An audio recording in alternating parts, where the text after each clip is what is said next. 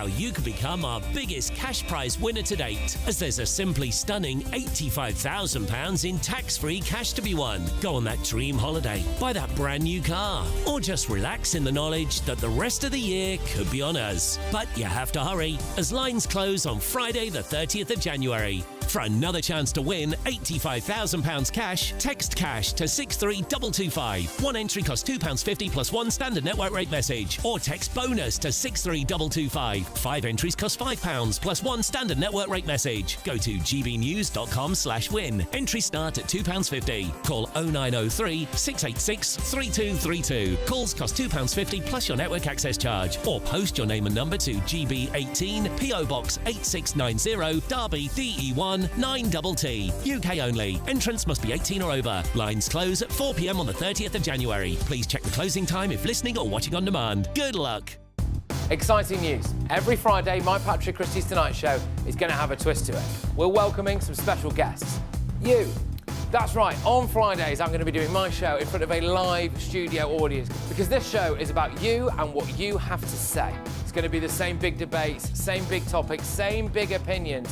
But every Friday night at 9 p.m, you are invited to come on down to Patrick Christie's Tonight to be a part of the action. Only on GB News, the People's Channel, Britain's news channel. Hi, I'm Michelle Dewberry, and my show is your opportunity to cut through all the noise and dive in headfirst to some robust debates. Ideas clash. Situation, isn't it? Because the failure is... You're deliberately avoiding my point. Nothing's held back. And if you think this is the end of it, wait for more. And we do not shy away from the difficult stuff. Sometimes I want to shake people and say, if only you understood. So join me on Jubes & Co weeknights at 6 p.m, only on GB News, Britain's news channel. Mornings don't have to be tiresome, especially if you have the right company. Wake up to news as it happens, opinion and debate, and of course, a little bit of entertainment too. Because when the kettle's on, we're on. That's Breakfast on GB News, a show worth waking up for. Every morning from 6 a.m. Only on the People's Channel, Britain's news channel. We'll spread the news, you spread the word. From the school run to the home run, watch a new show for all of Britain. He can say whatever he wants. A straight-talking show where all voices are heard. And, you know, when are we going to stop talking about smashing the gangs and actually do it? With the stories that matter from every part of our country. There's a bit of a crash landing there for your Chancellor. Bold, fearless and standing up for you. That's me, Martin Daubney, 3 p.m. till 6 p.m, weekdays, here only on GB News. The People's Channel, Britain's news channel.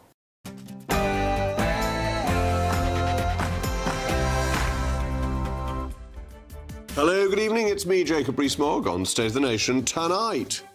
He's doing a great job as the Mayor of Manchester. Civil war has broken out in the Labour Party as Sir Keir Starmer's allies block Andy Burnham from standing in the Gorton and Denton by-election. The decision has led many within Labour to criticise the way the party is run. Has the Reverend Starmer done us a service by preventing a terrible candidate from reaching number 10? And where does this leave Wes Streeting? Also tonight. I'm announcing that I resign the Conservative whip. I am joining Reform UK. Another day, another Tory defection to Reform. Suella Braverman becomes Reform's 8th MP, declaring that she feels like she's finally home. Is this the front bench experience Reform desperately needs, or is it becoming a retirement home for superannuated Tory ministers? Meanwhile, it's been reported that Kemi Badenoch has begun purging potential defectors, not MPs but party members. Is this a wise thing to do? Plus...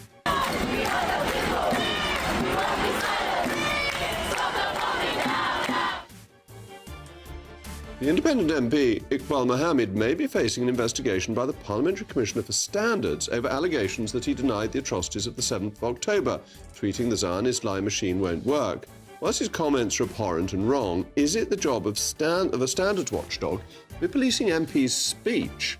And another chapter in the war on the motorist. Labour has approved the rollout of Stalinist 15-minute cities, including driver licence databases to encourage walking and cycling, heaven help us. Is the government determined to take away your right to drive yourself around? Also... Be or not to be? That is the question. Well, to be or not to be a black Jewish woman, was William Shakespeare exactly that? State of the Nation starts now.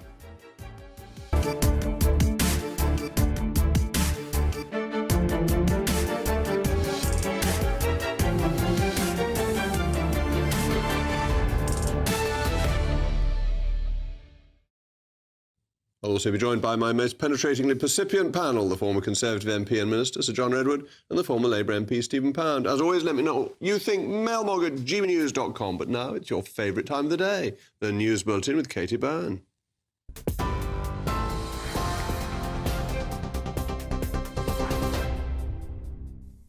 Jacob, thank you and good evening. The headlines at 8:02.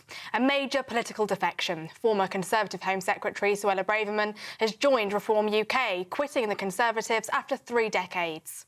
Because I believe with my heart and soul that a better future is possible for us, I am joining Reform UK. She made the announcement at a Reform event in London, saying she'll now sit as a Reform MP with immediate effect. Ms Braverman accused her former party of what she called Tory betrayal, arguing the Conservatives can no longer be trusted to keep their promises. I've had enough of Conservative betrayal. I've had enough of Conservative denial. I've had enough of the political chameleons who populate the Conservative Party. Enough of Conservative delusion. They are a party now that is too weak to save themselves, let alone the country. Well, the Tories say that Reform are doing their spring cleaning for them. Labour Party Chair Anna Turley says Nigel Farage is stuffing his party full of failed Tories. Elsewhere today, the Home Secretary says policing is not broken, but that communities are facing an epidemic of everyday crime. That's as she announced the biggest overhaul to policing in England and Wales in generations. In the Commons today, Shabana Mahmood advocated for local policing, pledging 13,000 more neighbourhood officers by the end of this Parliament. Facial recognition technology and so-called police AI will also be rolled out across England and Wales, and the Home Secretary will regain the power to sack failing police chiefs.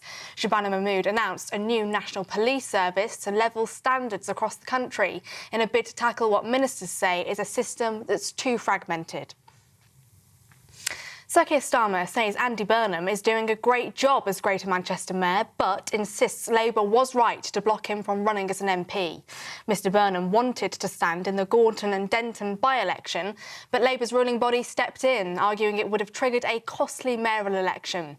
The Prime Minister says Labour can't afford to split its focus or its resources with elections it doesn't have to fight, as it gears up for crucial contests in May. The Israeli military says it's retrieved the remains of Israeli police officer Ran Givili, the last hostage held in Gaza.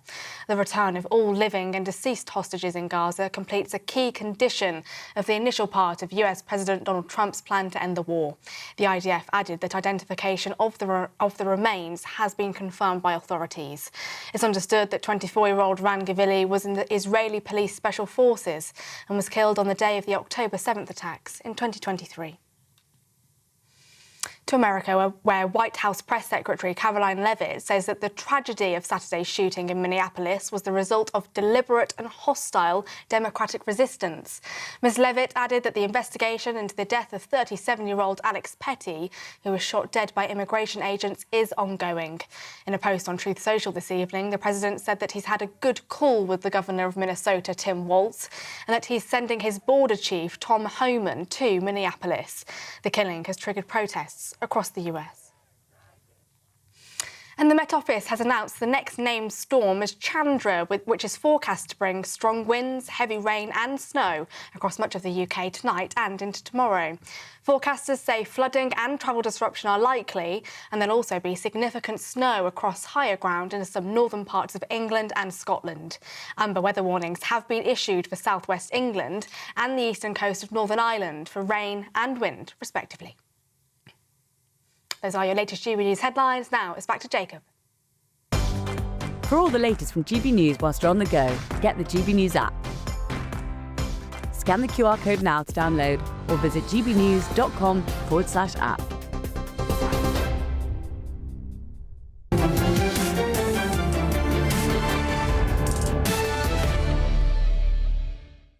Welcome back to State of the Nation. All-out war has broken out in the Labour Party. Sir Keir Starmer's allies have blocked the Mayor of Greater Manchester and leadership favourite Andy Burnham from standing in the Gorton and Denton by-election.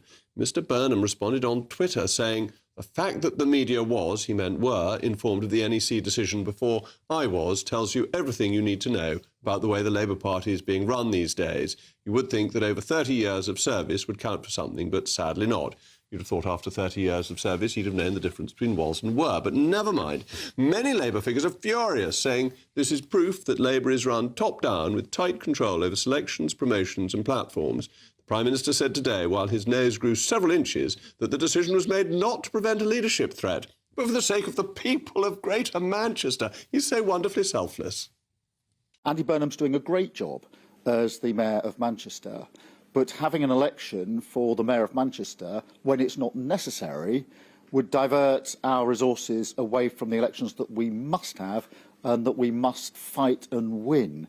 And resources, whether that's money or people, need to be focused on the elections that we must have, not elections that we don't have to have. And that was the basis of the NEC decision.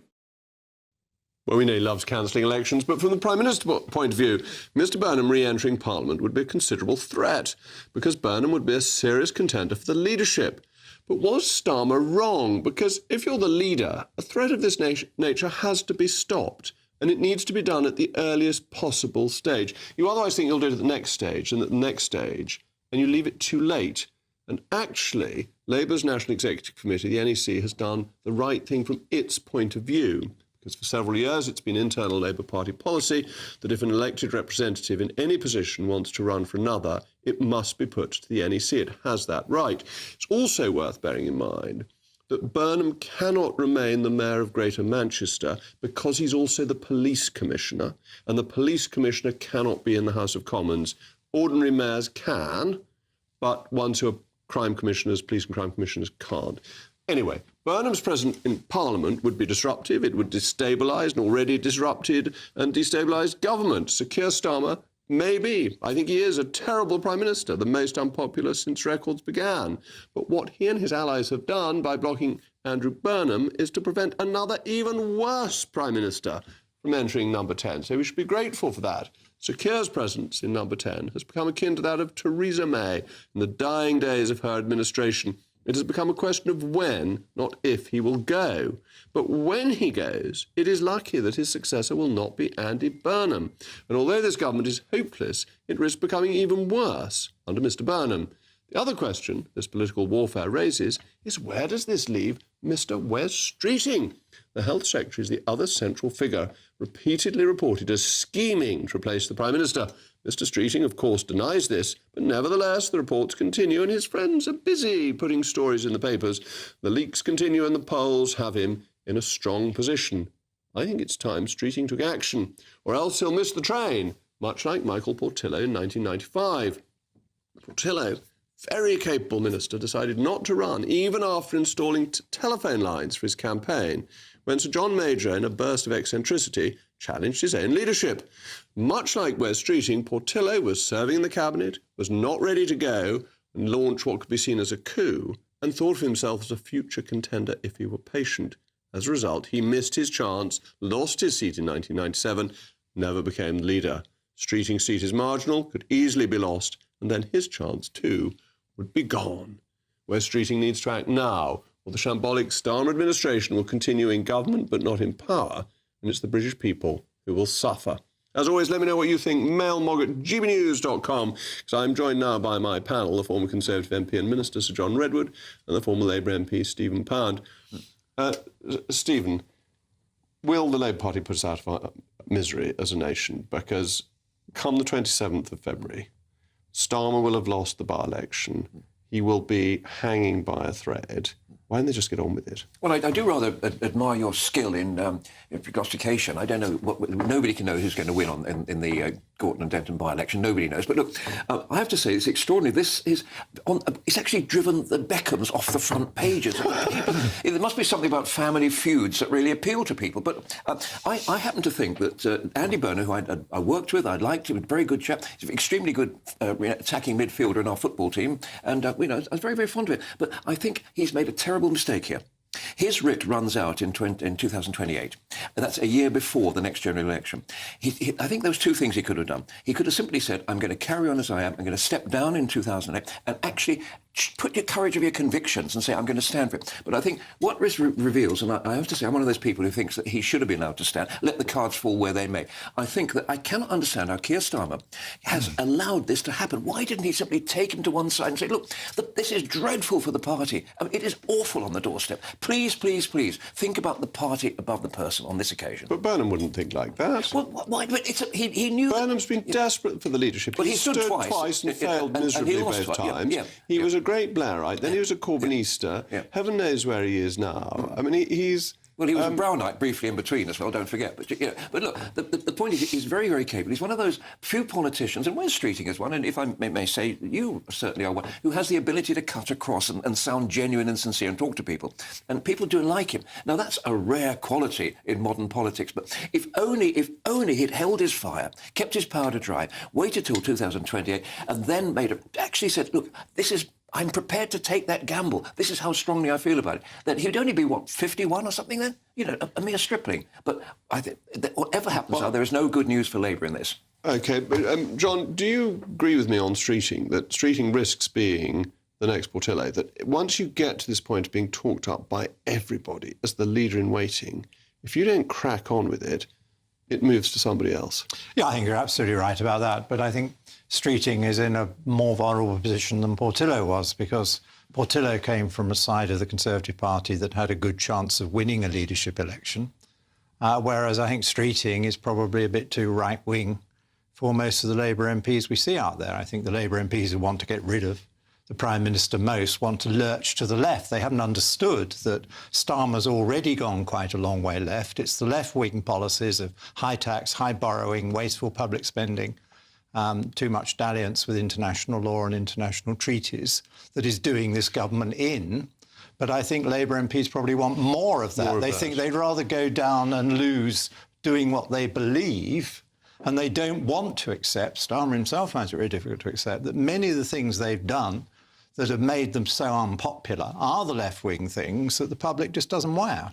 And the answer is not to go more left-wing, except that's what Labour members think and is what is likely to happen. Which is why it's a tragedy. And there was no win box for Starmer on this thing. No, I agree with that if he'd let Burnham go ahead, he would have faced a challenge. By blocking Burnham, he looks to be temperamental and bad-tempered. But isn't the key thing here, Sir Jacob, that the people watching this programme, people who actually care about the price of food and putting food on the table and getting their kids a decent education and keeping the streets safe, will be looking at this psychodrama. And it's just like Blair and Brown all over. They look at people defecting from one party to another. They look at politicians, each other, fighting like rats in a sack. I think we can actually be accused of letting the country down. This is why I think Starmer's got to go. Yeah. Well, I think it's why he's got to stay. It's in the interests of the country because he can no longer govern. And that we've seen this with other prime ministers. We saw it with Theresa May. We saw it with John Major. There comes a point at which the prime minister's utterly lost authority and he cannot get a bill through Parliament anymore. He can't do anything about special educational needs because Labour MPs won't back it. No difficult decisions can be made. That's right. And even if you're very anti the government, as I am, it needs to have somebody who can competently lead it. And Starmer just can't. Well, he's getting a lot of bills through Parliament. You know, you've mentioned two, but I mean, there's an... Well, Chagos hasn't gone through, I'm pleased to see so far, because that is a disastrous international policy. That's because, yet again, we're at the whim of this whimsical American president. Stephen, I was Leader of the House during a difficult time for government, when Boris didn't have a majority. And, what bills could we get through? We could get through the public toilets rating amendment bill. Yes, you can get bills through Parliament, but they're of that level. They're not the ones that change the nation one way or another. I agree with you. I mean, in 2009, 2010, we were the Labour Party. We sat around waiting for the Etonians. We knew what was coming. and I think one of the few bills we got through was the Mersey Tunnel Amendment No. 2 bill. There you go. But I have to say, it was a contentious bill. But you see, Starmer was attacking the Conservatives quite rightly for thinking too much about themselves and their own leadership and not enough about the national issues. And then he's in an even worse hole with all this. And the comparison with Mrs May, again, the Conservatives knew that by getting rid of Mrs May and going for Boris and Brexit, we were going to be popular, and we went on to win an election. If they get rid of Starmer, they may go well to the left, and they will then lose the election more comprehensively. But on that basis, should the Conservatives have got rid of Margaret Thatcher? On that basis? Well, of course they shouldn't, but I lost that one at the time. Oh, yes. It would be much better if you kept Lord Salisbury. Anyway, thank you to my panel, because we've got something very exciting coming up in a moment. I'm announcing that I resign the Conservative whip. I am joining Reform UK. Suella Braverman has become Reform's 8th MP. Is this the front bench experience Reform desperately needs, or is it becoming a retirement home for superannuated Tory ministers? Meanwhile, it's been reported that Kemi Badenoch has begun purging potential defectors. Is this a wise thing to do?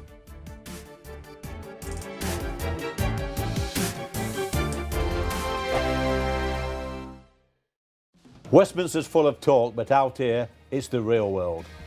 Am I allowed to talk now? No, that's it. This is where it matters, real people and real lives. That's what politics is all about. The fact is Trump made a good start. No. Straight answers, no spin, and just a couple of pints. How many fingers have I got up? About 10. So join me for Lee Anderson's Real World every Friday at 7 p.m, only on GB News. The People's Channel, Britain's news channel.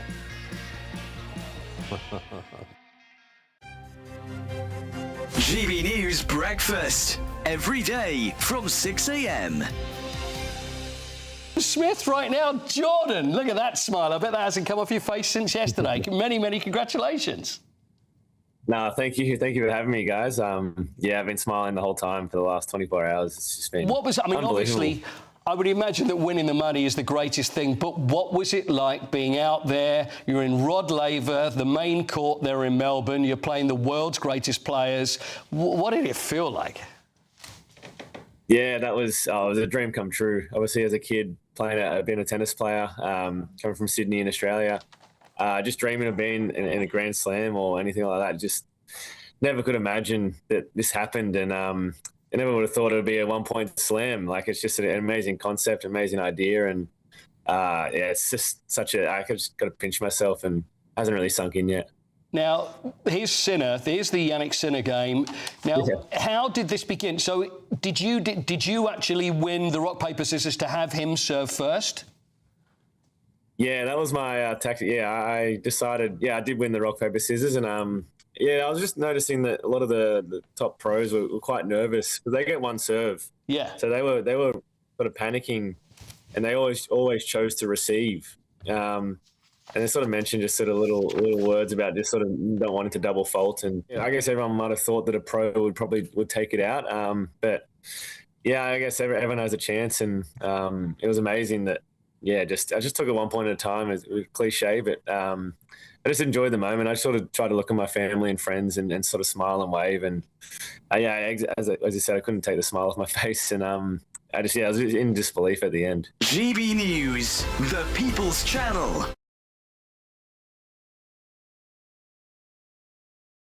You want to know what's really going on in the corridors of power? Labour don't know what to do with you half the time, and that makes you quite lethal in the chamber. Get behind the headlines with Chopper's Political Podcast. Join me, Christopher Hope, as I sit down with the great and the good of British politics. We'll see where this ruling takes us. These are the stories shaping our nation. Chopper's Political Podcast, available now on all platforms. Listen in and stay ahead.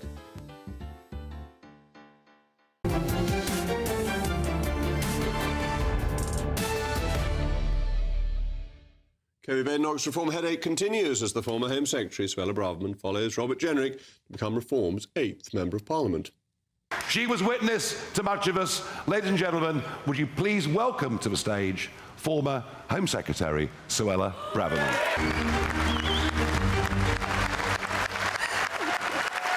You didn't serve your country for reward.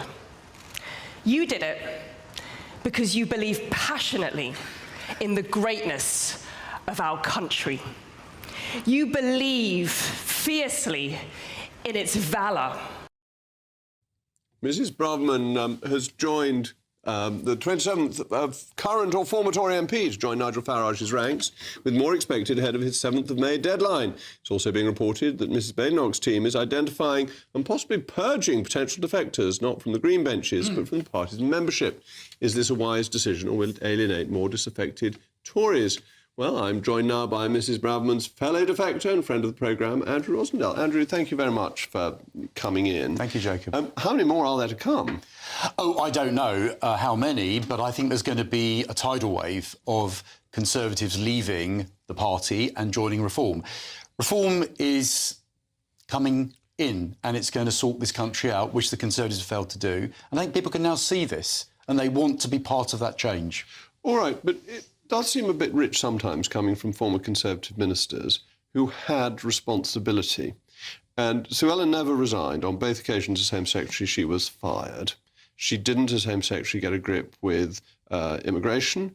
I know I heard what she argued in Cabinet, but she didn't resign in protest when she didn't get her own way. Is that what Reform wants? So I think the thing is with, as you know, having been in government, Jacob, you have to argue your case within government to get any changes that you want. And what Suella said to us today is that she was blocked by the then Prime Minister. She argued, she fought, she actually did everything she possibly could within government to try to get the changes that were needed, especially on immigration. But the Prime Minister, Rishi Sunak, at the time, blocked her at every step of the way. That's what she told us today. But she fought the fight, and now she's given up, and she's decided, as I did last week, that the future of this country is Reform UK. But it seems to me that Reform is now just taking on a lot of former Conservatives who must... We were both there for the full 14 years. We must take our share of responsibility. We can't just say this was other people, can we? I agree with that. And one of the things Nigel said today is that the only type of Conservatives he's going to take, two categories. One of those who've been consistent throughout their political careers on issues. I suppose hopefully I would be in that category. As does Suella, to be fair. Yes, Suella too.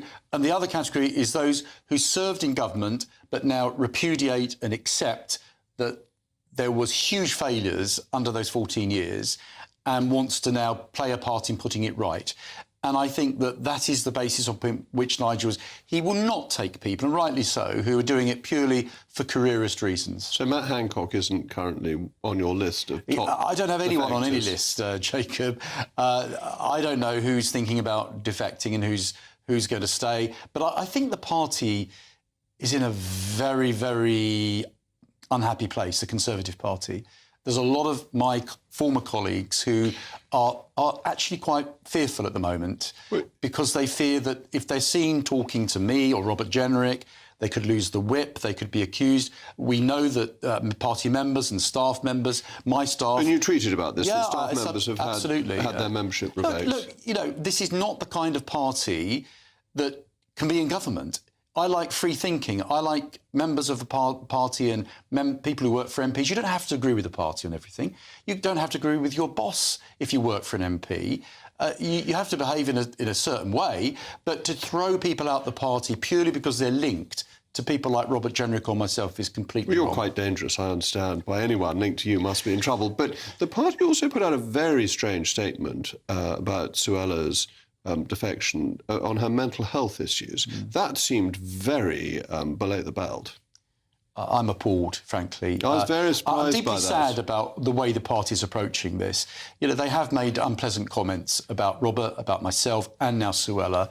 Look, we have worked for the party for years and years, in my case, decades. I don't think that the fact that we're no longer in the party gives the party the right to try and besmirch our characters. I completely understand that, but it takes two to tango, and I think the tone both ways round has been not what I would have liked to have seen. I didn't like Robert attacking Mel Stride and Pretty. I thought that was inelegant of him. I didn't like the party pretending that those of you who've defected never contributed anything to the party in all the decades you served it.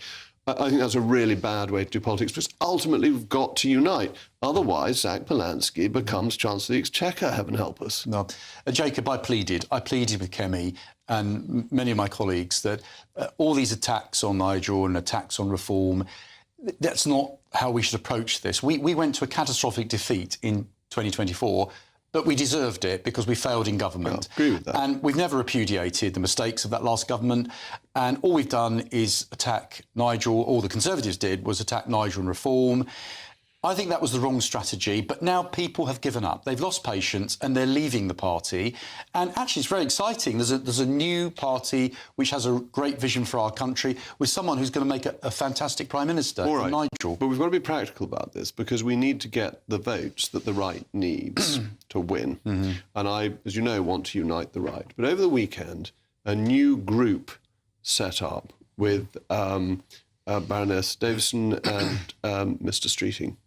Streetham, deciding that they would work together for a centre ground of conservatism. If all the people like you and Suella and Robert leave the Conservative Party, there will still be 10 or 15% of the people who will vote for a Conservative Party that is way to the left, is the sort of Tory reform group.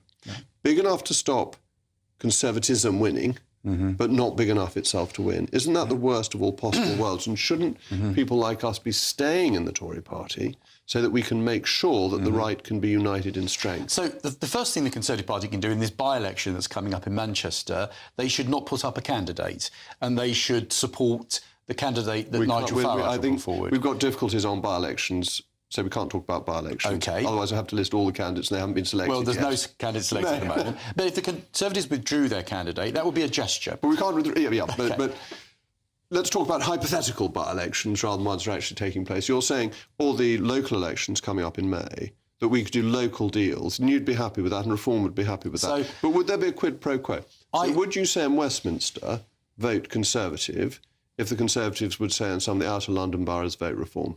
No, I think that we've passed that point. I argued for that for months. Now I'm saying to everybody, the only party that can win the next election, the only party with a vision to put this country back in the right place is the Conservative Party. It is Reform UK. Sorry, is Reform UK. Andrew's just redefected. Is Reform UK. But if the Conservative Party want to talk to Nigel some way down the road, they can do that. It's too many years of saying the same thing. It's no We're good. like Pavlov's dogs. We can't get away from it. Andrew, thank you as always for coming on. So, coming up next, the independent MP, Iqbal Mohammed, may be facing an investigation by the Parliamentary Commissioner for Standards over allegations that he denied the atrocities on the 7th of October. Whilst his comments are abhorrent and wrong, is it the job of the standards watchdog to be policing MP's speech?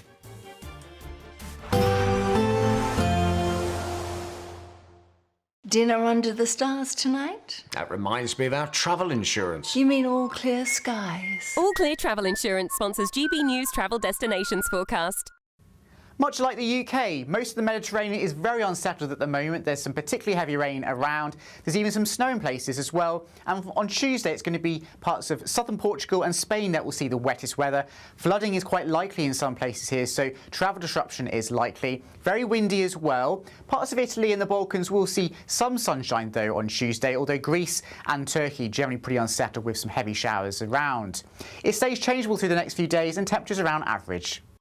All Clear Travel Insurance sponsors GB News Travel Destinations Forecast. Storm Chandra is here at the Met Office. We named the storm on Monday morning, likely to bring some significant problems over the next 24 hours or so with heavy rain and strong winds. Not everywhere will be affected, but as the storm moves in, it is likely to cause some flooding in the southwest of the UK. We're already seeing the heavy rain setting in and the ground is already very soggy in this part of the world. More rain to come for Northern Ireland and the winds really picking up here as we go through the night as well. The rain will spread into Wales, the Midlands also, and as it hits the colder air over the hills of northern England, there'll be some snow moving in as well. Temperatures mostly staying above freezing, but the wind's really whipping up in the southwest. That is another cause for concern, not just the rain, but those winds strengthening further. But a lot of water on the roads for the morning commute, particularly on parts of the M4 and the M5. Heavy rain spreading right across southern parts of England. May turn a bit drier in the southwest, but the winds will be whipping up here. Some of the strongest winds, though, likely in the east of Northern Ireland. That's where we've got another amber warning in place. place, gusts of 60, 70, maybe 75 miles an hour. The wind's continuing to feed the wet weather into eastern Scotland, where there will also be more snow over the hills. We have a number of warnings in place. Please do check them out for yourself on the Met Office website. The wind's whipping up in the southwest through the day. Of course, this area affected badly by Storm Goretti a few weeks ago, and there's strong winds continuing in the east of Northern Ireland. The band of rain moves through, something a little bit drier in eastern areas for the afternoon, but more showers coming into the southwest. We might reach 10 Celsius, but it won't feel all that mild with the wind and the rain. Looks a little drier to start with on Wednesday. Could be a cold start, a little bit of frost around. The winds won't be as lively on Wednesday, but still a brisk enough wind blowing in more showers to Northern Ireland and parts of the southwest, and staying fairly damp in the northeast of Scotland. Further spells of wet and windy weather to come this week. As I mentioned, please do check the Met Office website and app for full details of the warning. See how you could be affected. Decisions made in Washington aren't just shaping America, they're shaping Britain too. From migration to global security, from crime to health. Whatever happens in the White House today will be felt in your town or city tomorrow. That's why The Late Show is live from Washington, D.C. Cutting through the politics to show you what it all means for Britain. The Late Show live every night at midnight. Only on GB News, Britain's news channel. Hi, I'm Michelle Dewberry, and my show is your opportunity to cut through all the noise and dive in headfirst to some robust debates. Ideas clash. Situation, no, isn't it? No, because the failure is you're deliberately avoiding my point. Nothing's held back. And if you think this is the end of it, wait for more. And we do not shy away from the difficult stuff. Sometimes I want to shake people and say, if only you understood. So join me on Jubes & Co. weeknights at 6 p.m. only on GB News, Britain's news channel.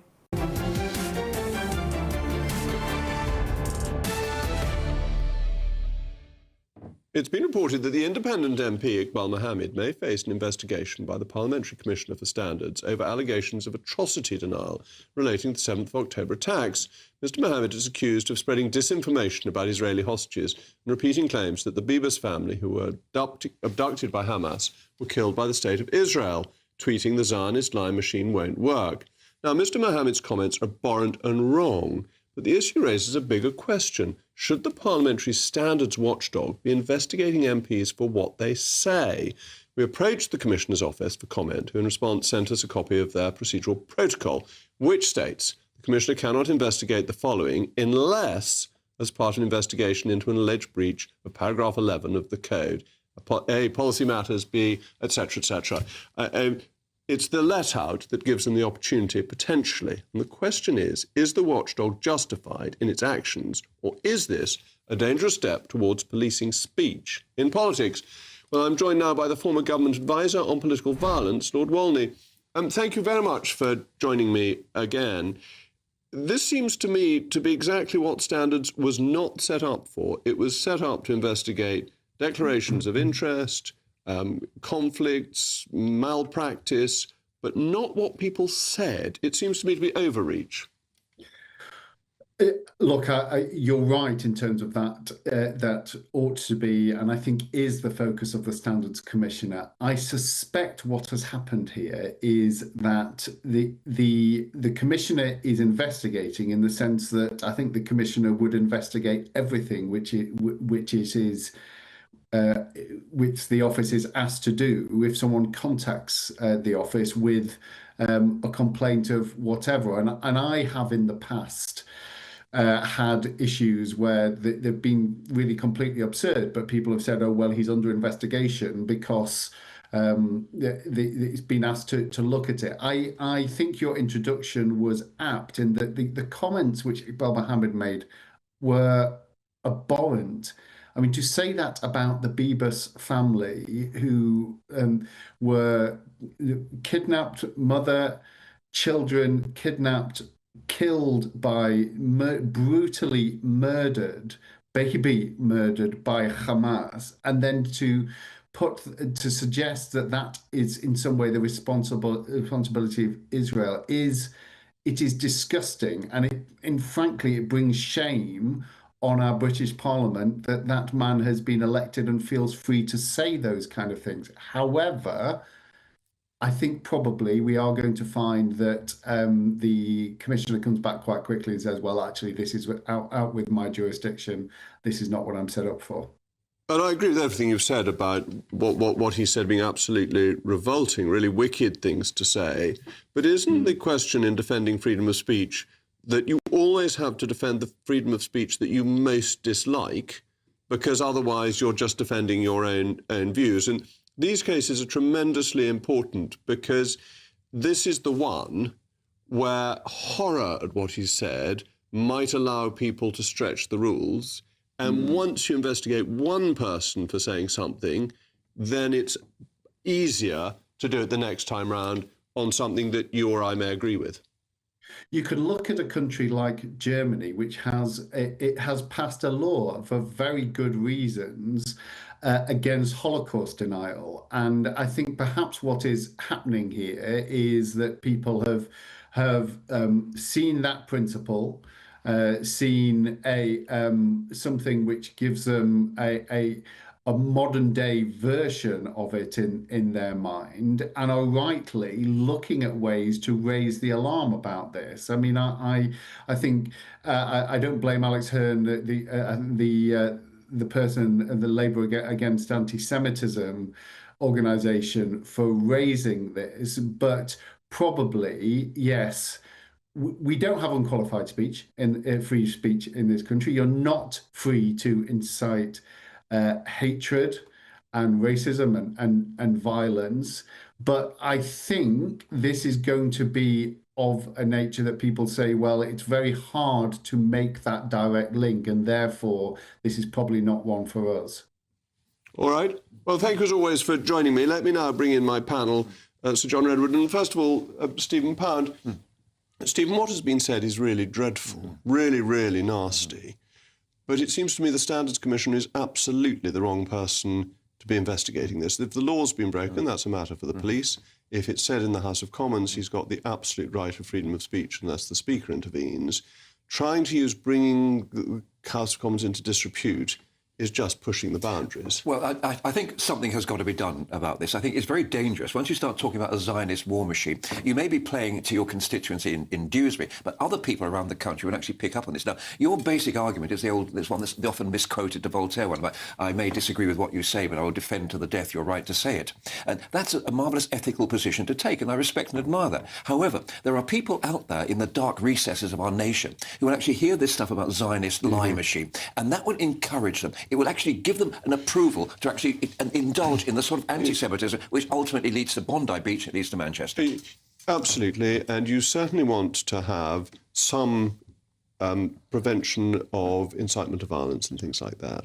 But the Standards Commissioner is not there in any way to do that. There are other laws and other people who should do that, and therefore the Standards Commission should have just dismissed this as a complaint straight away. I think you'll probably find that it will. I mean, but as is famously said, freedom of speech doesn't give you the freedom to shout fire in a crowded cinema. It doesn't give you complete freedom to say anything anywhere. But I think somebody, whether this comes under hate speech or not, I don't know. My feeling is, and we've all been parliamentarians, and I don't think any of us have actually been investigated by the Commissioner, but we're familiar with the work. Yeah, I was investigated several times and cleared on every occasion by spurious complaints. Can I say, which is part of... I never made any complaint. Attempted. But that is my worry, is that complaints against MPs have become part of the business of being an MP, and that if you now allow it to be made on something an MP has said, every MP will find complaints come in the whole time. Yeah, I agree with that formulation. Too many frivolous complaints, and there has to be some latitude for speech, and speech is protected in many ways in the House of Commons. This was not in the House of Commons. But I don't want to comment on this case, because it may or may not be before the inquiry. But what you're absolutely right about is that all MPs are under the law. The privilege of the MP is you can change the law for the future, but you are not only under the law like everybody else, but you're more under the law than anybody else, because people expect very high standards from MPs. So if any MP crosses that line into hate speech or incitement to violence, which is already against the law, then they should be referred to the police and proper inquiries made, and that should be taken very seriously. In the normal way, as if they were anybody else. Yeah. And if it's said in the Chamber of the House of Commons, it's a matter for the Speaker can deal with at that moment. Yes, and the House may wish to. But would it come under the idea of we're abolishing this sort of no crime investigation? Because would it come non-crime hate speech? Yes, I mean, could it count as? I don't know. All I'm thinking is I cannot be party to a country which actually allows that sort of language to be said. We have to confront it. Now, whether we confront it person to person or legalistically or through Parliament, I don't know. But we cannot allow this man but don't to we spread that confront poison. it by saying that it's wrong? Right, well, isn't that a much better way? Isn't that what we've all done today? That's what we've done today. A much better way of doing it than having an investigation which risks giving it more publicity and ultimately making him a martyr. But any MP should know that if they go too far, then they will get the full force of the law against them. Isn't it awful? That will increase his majority possibly in Dewsbury. When he starts using that language, how do you think he got elected in the first place? All right. Well, unfortunately, we've got to move on. But another chapter in the war on the motorist. Labour has approved the rollout of Stalinist 15-minute cities, including driver licence databases to encourage walking and cycling, heaven help us. Is the government determined to take away your right to drive yourself around? And... To be or not to be? That is the question. Was William Shakespeare a black Jewish woman? That's what's coming up next.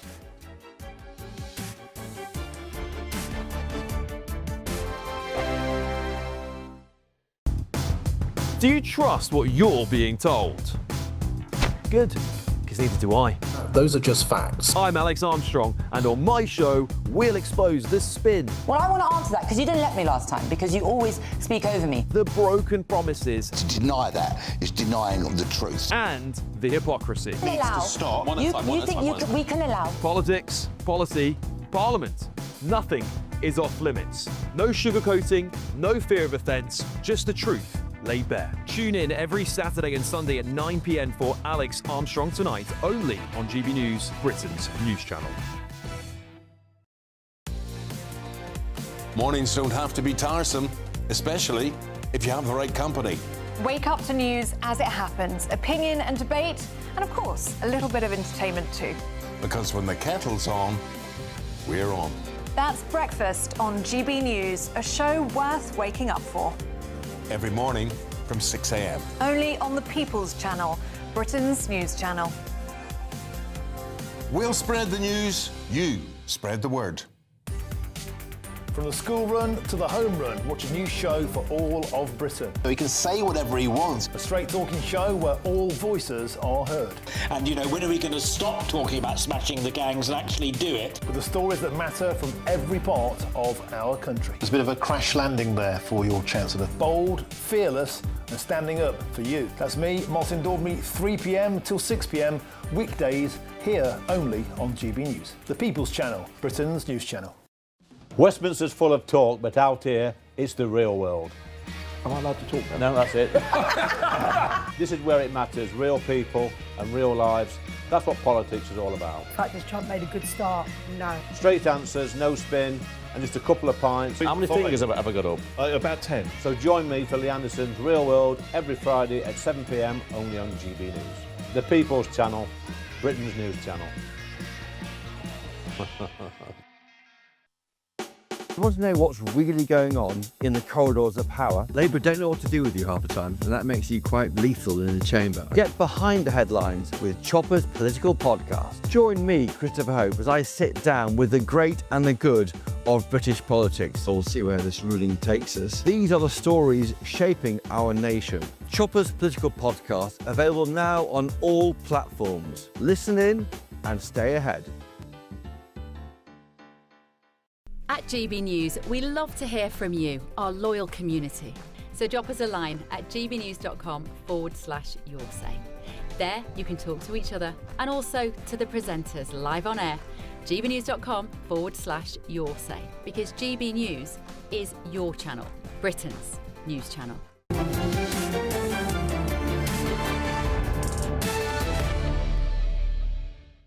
Another chapter in the never-ending war on the motorist. Labour has approved the rollout of 15-minute cities, potentially a huge step towards state control over how we travel. Ministers are set to allow councils to use DVLA driver licence databases to issue fines through traffic filters that restrict where and when you can drive. The scheme is being touted as a way to encourage walking and cycling, but is the government redesigning our roads for convenience or quietly limiting your right to drive yourself around? There's my panel. Well, John, I mean, this is just a means of controlling people, isn't it? Well, it's quite dreadful. It's an attack on people's lifestyle. And self-employed people need their vans or their working cars to serve us, to come and provide their services or to deliver goods to our homes. They're going to get caught. The elderly who need to go to the surgery for doctor's treatment, they're going to get caught. How are they going to get on a bike to get there when they can hardly walk? It's just lack of freedom of choice. And, you know, young parents need to take their young children when they go shopping. They can't all go on a bike. I mean, they just don't understand how modern people live. And cutting down the choice, cutting down the freedom to go to somewhere else with a better shop or a better good is an attack on our living standards. I'm sorry, this is arrant nonsense. I'm sorry, out of respect to the two of you, you're talking rubbish. Look, nobody's saying... But do you know how people live these days? Cars are quite important outside London. I have this image of Jacob on his penny farthing, you know, whizzing through the streets of Somerset. But look, the reality is, if you had no restrictions on cars whatsoever, there wouldn't be anybody moving for an inch in a city. You've had to have one-way system. You would. The market would take care of it. Well, there's no evidence. It's absolutely amazing. When the traffic lights fail on the Mall, the traffic flows better. Exactly right. Look, there's no... Roundabouts are better than traffic lights. Yes. Well, I agree with you there. But look, the point about this is actually encourage people. Wouldn't it be better? Surely we could all agree it'd be better if there were less cars on the road. No, I like going in my car. And if I like it, why should I stop other people doing it? If it's good enough for your chauffeur, it's good enough for the rest of us. Well, why don't we have more roads? Everything else that's short, we agree you supply more. The tyranny of the motor car. Because the state supplies the roads, they're rubbish, and they get in our way of using them. No, I'm sorry. Look, as far as I'm concerned, you talk about... My son's an electrician. He can't carry all his kit around on the tube. No, well, that's right. He needs a road and a van. Nobody's stopping him driving. But what he does find very irritating is he can only move at about 5 miles an hour. That's because of your friend Steve Khan's lowered all the speed limits. And tweaked all the traffic lights for non-existent disabled people and reduce the amount of road space available. Yes. And road narrowing, endless red lights. Again, you're ignoring the fact that just like your son needs his van for his work, lots of people have very good reasons to need a car. They've got heavy loads to take, they're travelling at antisocial times. Would you not agree with me? There's a lot of people who would actually... It'd be better off for them, better off for the country. No, if they were walking or cycling. It's not for you to tell them that. No, nobody's telling... This is car. not Stalinist. This is actually encouraging people. I like driving. This is a nudge. No, John, what about when it's wet, when it's cold, when it's dark, when it's dangerous? You know, get in the car. Or just when you like it, because you want to listen to your... We're British. We don't let the rain keep us indoors, for God's sake. But we allow people to lead the lives they want to lead. And I like driving. Not if it impacts on somebody else. The car is one of the most important expressions of freedom, and most young people want to learn to drive and want to get a car. And why do you want to stop them? It's so miserable of you. The car is very liberal, but look, we used to have lead in petrol, and children's brains were affected. We stopped. We got rid of that. You keep improving them. That's the joy. When does somebody say... We're going to have to move on because, first of all, I've got an apology. I said driver licence database. I should, of course, said driving licence. I'm not a Yankee Doodle dandy. Anyway, we had a message from a Department for Transport spokesman who said local councils use DVLA data to help keep our roads safe and crack down on dangerous driving. How they use this information is up to each council, so it works better for their communities. Well, I'm glad to hear that. Anyway, friends, Britain, countrymen, lend me your ears. A new book now proclaims the Bard of Avon was not a man of Stratford born, but Emilia Bassano, poet of the Tudor court, a black Jewish woman who penned the plays in secret while Shakespeare wore the crown of fame. So tell me, do we witness truth long buried rising from the dust of time, or is this but modern woke enchantment that would unwrite the past to flatter the present? And lo, now enters our company, the scrivener and chronicler, Philip Womack. Philip, thank you, pursued by a bear. Thank you so much for joining me. I think this is marvellous. Capitalism in action. Some lady has written a book that we're all talking about that talks absolute nonsense, will sell because it's got this absurd level of publicity. Well, I don't think it will sell for a start. This is not a new idea. There was a book by Elizabeth Winkler which came out quite recently which promoted exactly the same idea. Also, Jodie Picoult, who is an author, wrote a book about it too. And I don't think Elizabeth Winkler's book actually did very well. What I think this is rather an attempt to stir up Shakespeare studies and to make people talk about it for other reasons. I'm not necessarily clear what those reasons are, other than this that this idea of Shakespeare denialism keeps coming up like a zombie. Every time you think it's died, it pops back up, and we have to kind of squash it back down again. But I don't think that this book will sell in great numbers, I must say.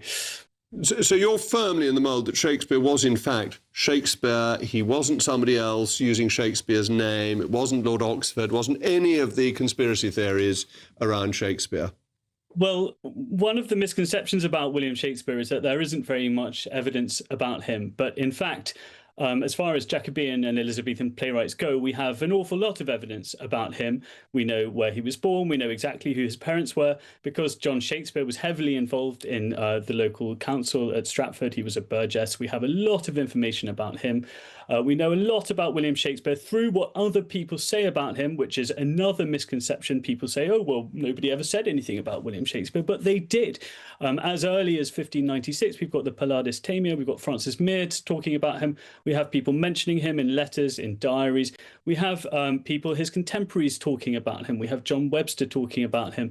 So there is an awful lot of this circumstantial evidence about William Shakespeare. And there's also rock solid evidence about him as a person, linking him, the poet, the playwright, the sharer in the Globe Theatre. All those things are linked together through these incredibly important authorities. We've got the College of Arms, we've got the Stationers Guild, and we've got the people who put together the first folio. And all of that evidence comes together without doubt to prove that William Shakespeare of Stratford-upon-Avon was who he was. There is no room for anybody else. OK, so it's definitely him. Do you agree with Claire Asquith's book, which I particularly like, that says that Shakespeare was a Catholic? It seems to be beautifully argued. I think you might well agree with that, Jacob. I think that William Shakespeare existed on the cusp of the medieval world, which was obviously Catholic, and he was moving into the Protestant world. They did find in New Place a document which was a Catholic document. Whether he was a practicing Catholic in the sense that he went to he went to mass secretly, I think possibly his daughter might have been also taken up on those charges. All right, I'm afraid we're going to have to end there. I'm so sorry, but I think you broadly agree with Claire, so thank you very much. That's all from me, and Patrick is coming up next. So when shall we see once again? Off and lightning and... Warm and cosy, with a chance of zero visibility. Boxed Boiler sponsors the weather on GB News. Storm Chandra is here at the Met Office. We named the storm on Monday morning, likely to bring some significant problems over the next 24 hours or so with heavy rain and strong winds. Not everywhere will be affected, but as the storm moves in, it is likely to cause some flooding in the southwest of the UK. We're already seeing the heavy rain setting in, and the ground is already very soggy in this part of the world. More rain to come for Northern Ireland, and the winds really picking up here as we go through the night as well. The rain will spread into Wales, the Midlands also, and as it hits the colder air over the hills of northern England, there'll be some snow moving in as well. Temperatures mostly staying above freezing, but the wind's really whipping up in the southwest. That is another cause for concern, not just the rain, but those winds strengthening further. But a lot of water on the roads for the morning commute, particularly on parts of the M4 and the M5. Heavy rain spreading right across southern parts of England. May turn a bit drier in the southwest, but the winds will be whipping up here. Some of the strongest winds, though, likely in the east of Northern Ireland. That's where we've got another amber warning in place. Gusts of 60, 70, maybe 75 miles an hour. The winds continuing to feed the wet weather into eastern Scotland, where there will also be more snow over the hills. We have a number of warnings in place. Please do check them out for yourself on the Met Office website. The winds whipping up in the southwest through the day. Of course, this area affected badly by Storm Goretti a few weeks ago, and there's strong winds continuing in the east of Northern Ireland. The band of rain moves through, something a little bit drier in eastern areas for the afternoon, but more showers coming into the southwest. southwest. We might reach 10 Celsius, but it won't feel all that mild with the wind and the rain. Looks a little drier to start with on Wednesday. Could be a cold start, a little bit of frost around. The winds won't be as lively on Wednesday, but still a brisk enough wind blowing in more showers to Northern Ireland and parts of the southwest, and staying fairly damp in the northeast of Scotland. Further spells of wet and windy weather to come this week. As I mentioned, please do check the Met Office website and app for full details of the warning. See how you could be affected.